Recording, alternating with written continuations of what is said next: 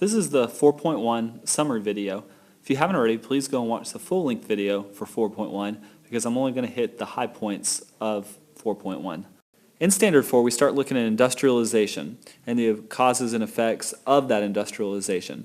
So in 4.1, we're going to look at why the U.S. entered this period of economic growth and westward expansion, and then how that growth created a national market, but then threatened the survival of the Native Americans in the West.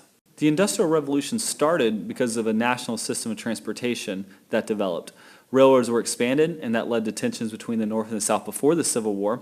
And as we start expanding westward, there's a lot of tension between the sides. We saw that through the Kansas-Nebraska Act and popular sovereignty and Bleeding Kansas. Congress also gave land grants during the Civil War to railroads so that they could build new ones. The Pacific Railway Act promoted the building of transcontinental railroads so we'd have a national market, so you'd be able to go from one side of the country to the other side of the country. The Congress also passed the Homestead Act during the Civil War, and it gave land to people out west as long as they lived there.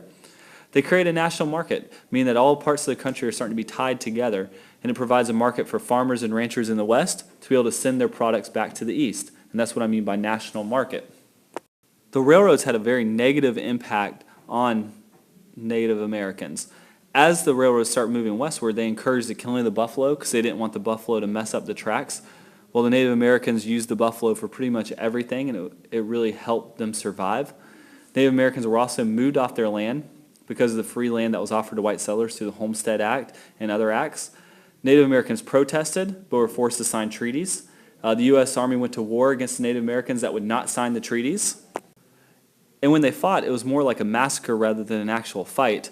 After they lost, they were forced to sign treaties, and then they were forced to move on to smaller reservations. So Native Americans kept losing their land over and over and over again until they were put on these little small reservations. In addition to fighting against the Native Americans, we also passed the Dawes Act, which was meant to assimilate Native Americans into American society. We wanted them to act more like us.